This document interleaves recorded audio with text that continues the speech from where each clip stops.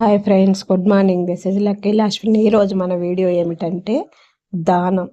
దానం అనేది మానవుల చేతిలో ఉన్న ఒక వజ్రం లాంటి ఆయుధం ఫ్రెండ్స్. నేను నిజమే చెప్తున్నాను, మీరు కరెక్ట్గానే విన్నారు.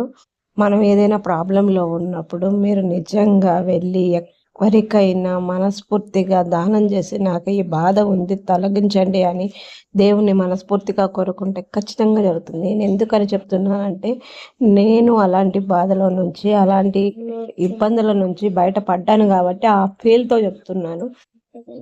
దానాలు చాలా రకాలు ఉన్నాయి. గోదానం చేస్తే పున్నామ నరకం నుంచి బయటపడవచ్చు అని పెద్దలు ఆల్రెడీ చెప్పారు. నెక్స్ట్ భూదానం చేస్తే మనకి తినడానికి లోటే ఉండదు అన్నట్లు పెద్దవాళ్ళు చెప్పకనే చెప్పారు. తర్వాత వస్త్రదానం కావచ్చు, చదువు దానం అంటే చదువుకునే పిల్లలకు సహాయం చేయడం కావచ్చు. ఇలా చాలా చాలా రకాల దానాలు ఉన్నాయి ఫ్రెండ్స్. చాలా మంది డబ్బులు ఉన్న ఒక్క రూపాయి కూడా పక్క వాళ్ళకి పెట్టకుండా ఉంటారు. ఇది చాలా తప్పు ఫ్రెండ్స్. భోగి రోజు మనం నువ్వులతో చేసిన ఏ వస్తువులైనా దానం ఇవ్వడం వల్ల మనకి ఆ సంవత్సరం మొత్తం చాలా మంచిగా జరుగుతుంది.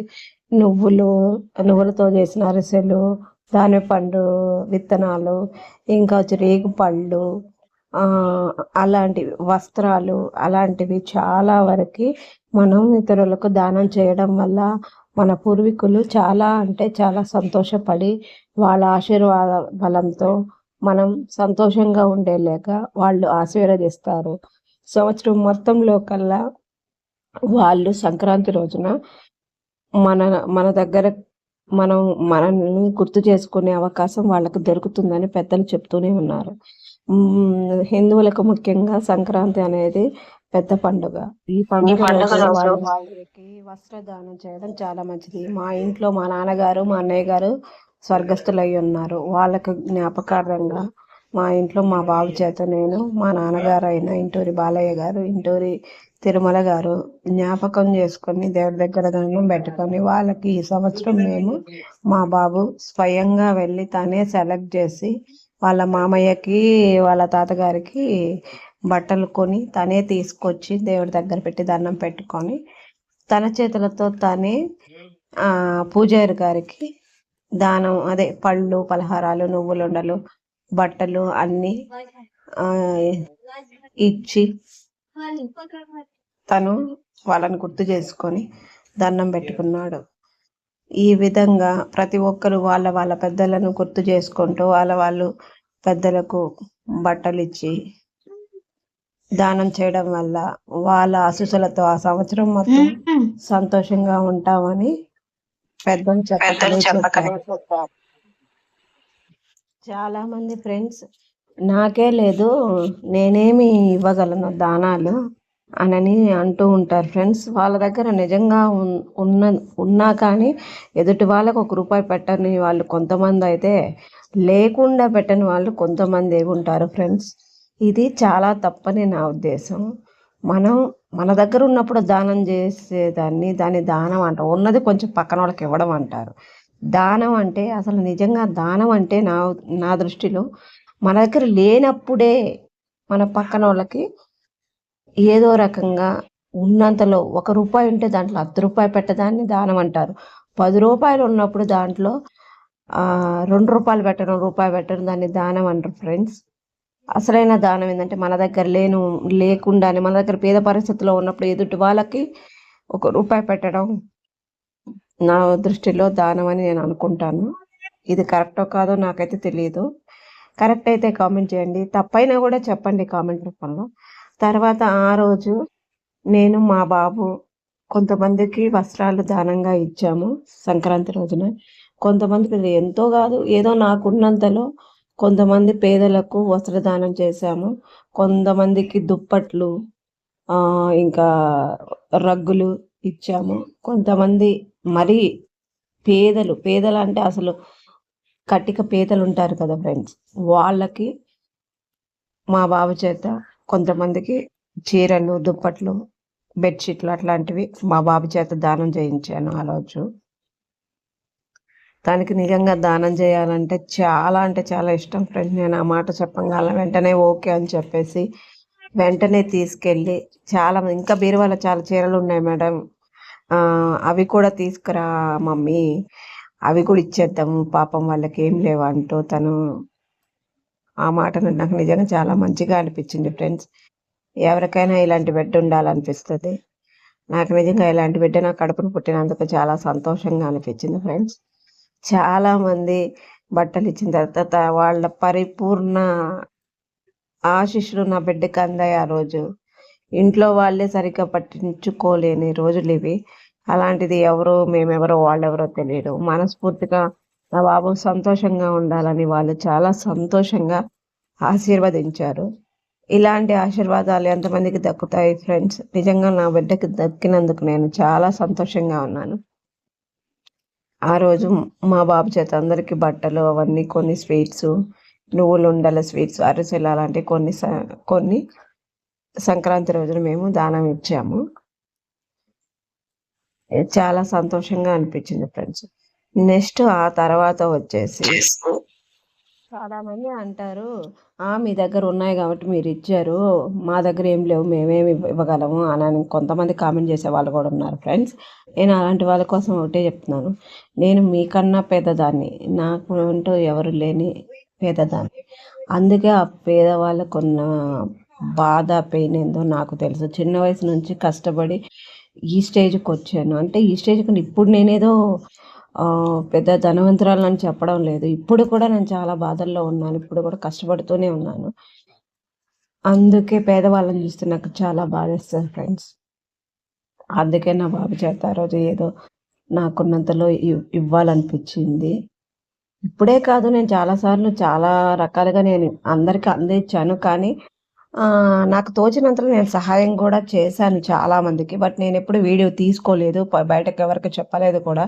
ఈరోజు ఎందుకు వీడియో తీసి పెట్టాను అంటే, దానం వల్ల దానికి ఉన్న గొప్పదనం కొంతమంది తెలుసుకొని కనీసం కొంతమంది అయినా ఇంకొంతమందికి సహాయం చేసి తద్వారా ఆ దేవుని ఆశీస్సులు మీరు పొందుతారు, మీకు ఉన్న సమస్యల నుంచి బయటపడతారని ఒకే ఒక్క ఉద్దేశంతో నేను ఈ వీడియో తీయడం జరిగింది. మీరు నమ్మి మీరు కూడా చేయగలిగితే నేను చాలా సంతోషిస్తాను ఫ్రెండ్స్. అన్ని దానంలో కల్లా సరస్వతి దానం అంటే చదువుకు సంబంధించి సహాయం చేయడం కావచ్చు, చదివించడం కావచ్చు, ఇంకా పెన్నులు, పుస్తకాలు ఇవన్నీ దానం చేయడం చాలా చాలా మంచిది. మా ఇంటి ముందు సరస్వతి పూజ చేశారు ఫ్రెండ్స్. చాలా అంటే చాలా మంచిగా సరస్వతి దేవి మాతను పెట్టి, సరస్వతి మాత అయిన 108 శ్లోకాలను చదివి ఆ పూజ చేసిన తర్వాత ఇక్కడ తీర్థ ప్రసాదాలు, భోజనాలు అవి పెట్టాము.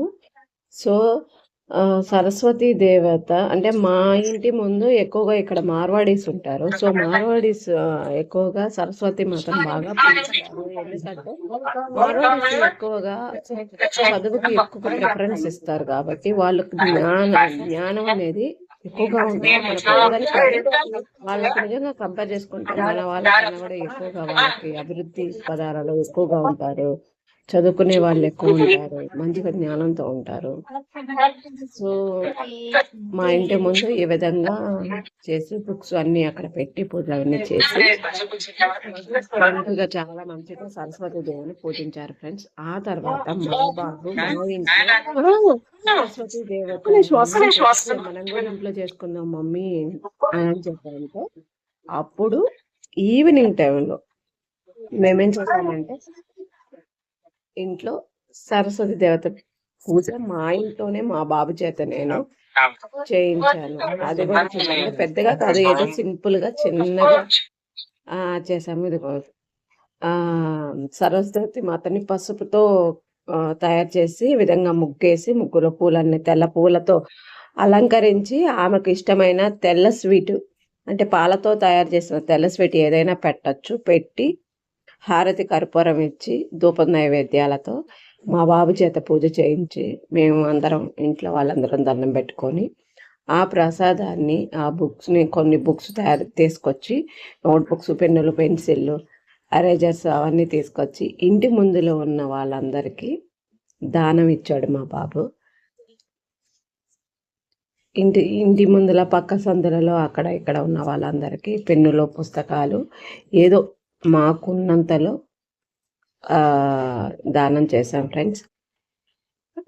ఈ వీడియోని చూస్తున్న వాళ్ళందరూ ఇంతవరకు చూస్తున్నందుకు చాలా థ్యాంక్స్. మీరు కూడా ఈ వీడియో లాస్ట్ వరకు చూసి స్కిప్ చేయకుండా దానం గురించి తెలుసుకొని మీరు కూడా ఇంకొంతమంది దానం చేసి తద్వారా దేవుని ఆశీస్సులు పొందాలని మనస్ఫూర్తిగా కోరుకుంటున్నాను. అలా వెళ్ళే ముందు మా ఛానల్కి, మా వీడియోస్కి ఒక చిన్న లైక్ ఇవ్వండి, ఒక చిన్న సబ్స్క్రైబ్ చేయండి. మీరు ఇచ్చే ఒక చిన్న లైక్ మా ఛానల్కి మోటివేషన్గా ఉంటుంది. ఈ వీడియోని ఇంకొంతమందికి షేర్ అవుతుంది యూట్యూబ్ ద్వారా. వాళ్ళు కూడా ఈ దానం గురించి తెలుసుకొని దీన్ని ఇంకొంతమందికి పంపిస్తారు. తద్వారా అందరూ మంచిగా దానం గురించి తెలుసుకొని గోదానం, భూదానం, వస్త్రదానం, చదువుకు సంబంధించిన వస్తువులు దానం చేసి వాళ్ళు కూడా మంచిని పొందుతారని నా యొక్క ముఖ్య ఉద్దేశం. Please like my video, share my video, subscribe my channel. Thank you friends, thank you so much. ఈ వీడియోని ఇంతవరకు చూస్తున్నందుకు థ్యాంక్ యూ సో మచ్. మీరు కూడా ఈ సంవత్సరం సంక్రాంతి పండుగను ఎలా చేసుకున్నారో కామెంట్ రూపంలో తెలియచేయండి. మీరు కూడా దానం ఇస్తే అది కూడా కామెంట్ చేయండి. మీరు కూడా మీ పిల్లల చేత ఈ విధంగా దానం చేయిస్తే అది కూడా కామెంట్ రూపంలో తెలియచేయండి. ఒకవేళ ఏ దానం చేయకపోయినా కూడా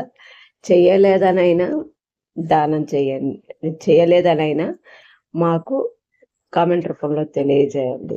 ఎందుకంటే నా వీడియో ఎంతమంది చూస్తున్నారు, ఎక్కడ వరకు వెళ్ళింది అనేది తెలుసుకోవడం కోసం